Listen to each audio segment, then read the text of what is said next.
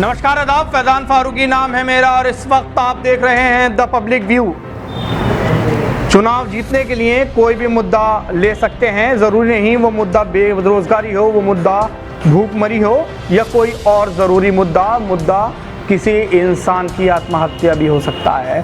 सुशांत आत्महत्या केस में मैं यही समझ पाया हूँ कि आगे किसी राज्य का चुनाव हो तो आत्महत्या पर भी चुनाव की तैयारी की जा सकती है। सुशांत सिंह राजपूत बिहार के रहने वाले थे और अब तक का जो फैक्ट सामने आया है उनके हिसाब से वो नशा करते थे, वो मानसिक तनाव अर्थात डिप्रेशन की दवा ले रहे थे। किसी की आत्महत्या के कुछ फैक्टर होते हैं, उनके प्रभाव में आत्महत्या की जाती है, जैसे कि आपसी रिश्तों में कुछ तनाव होता है या इकोनॉमिकल कंडीशन डाउन होती है। रियल लाइफ को छोड़कर रियल लाइफ की मंजिल न मिलने से भी आत्महत्या की जा सकती है। नशे से बर्बादी का गम, ये भी आत्महत्या की वजह हो सकता है। कुछ और भी वजहें हो सकती हैं। इसी के इर्द गिर्द बुनियाद सजती है और इंसान आत्महत्या जैसा कदम उठा लेता है। जब अंतिम जांच परिणाम देश के सामने आएगा तो विशेषज्ञों की रिपोर्ट के आधार पर अदालत मुहर लगाएगी। देश के कई जजों ने भी आत्महत्या की है, इसलिए अकेले जज अपने हिसाब से निर्णय नहीं दे सकते हैं। 1 महीने से ज़्यादा हो गया है और हिंदी पट्टी का मीडिया देश की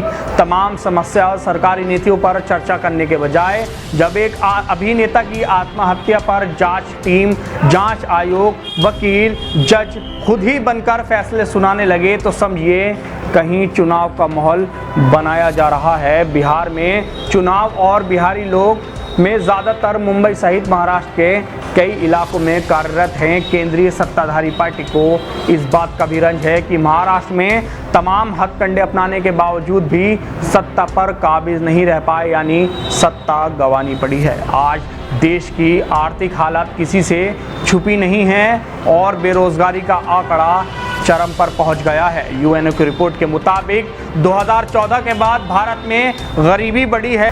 तमाम आंकड़े छुपाए जा रहे हैं मगर बड़े ही सुनियोजित तरीके से बहस का विषय बदल दिया गया है। अब देश में शिक्षा, चिकित्सा, बिजली, पानी सहित बुनियादी ज़रूरतें नहीं रह गई हैं। अब बहस का विषय बेरोजगारी, गरीबी, बच्चों की मृत्यु दर, माओ का मृत्यु दर, किसान आत्महत्या नहीं रह गया है। पिछले 5 साल के मुख्यधारा के टीवी चैनल के प्राइम टाइम के समय का डेटा लेकर ज़रा विश्लेषण करिए। ज़्यादातर समय नफरत फैलाने में खर्च किया गया है और ऊपर के मुद्दों पर शासन ही आपको बहस करते हुए कोई एक्सपर्ट मिले मगर रोज़ किसी न किसी चैनल पर मौलाना, साधु, साध्वी गाली गलौज करते मिल जाएंगे। जिस तरह देश में झूठ व नफरत का बवंडर खड़ा करके 2014 में सत्ता हासिल की गई है, उसी को लगातार किया जा रहा है। गरीब मारे जा रहे हैं मगर मीडिया के माध्यम से जनता को बताया जा रहा था देश के मुसलमान गाय को खा रहे हैं। जो खर्च गायों को बचाने के लिए किया गया वो सत्ता के लोगों ने गौशाला के माध्यम से खा लिया और गाय पॉलिथीन खाकर भी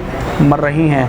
हर इमोशनल मुद्दे का यही हश्र हुआ है। मुद्दों से परे खेल का मैदान सजा लिया जाए जिसमें अपने ही एम्पायर व अपने ही आयोजक हों। बस यही खेल अभी भी जारी है। सबको पता है कि संजय दत्त नशे के आदी थे और अंडरवर्ल्ड से लोगों से मिलना जुलना था। खुद संजय दत्त ने भी इस बात को कबूल करा है और अदालत ने मोहर भी लगाई थी। जो आज मीडिया बता रहा है वो कोई नई बात नहीं है मगर नया कुछ है तो व्हाट्सएप यूनिवर्सिटी से तैयार ग्राहक जो उन्मादी फौज तैयार की जा गई है उनको नया डोज दिया जा रहा है और बिहार चुनाव में उपयोग लेने की तैयारी है। खैर किसी न किसी दिन तो सुशांत के रास्ते से पर्दा उठ ही जाएगा और मीडिया को शायद तब सुकून मिल जाएगा। तब तक देखते रहिए हमारे चैनल द पब्लिक व्यू।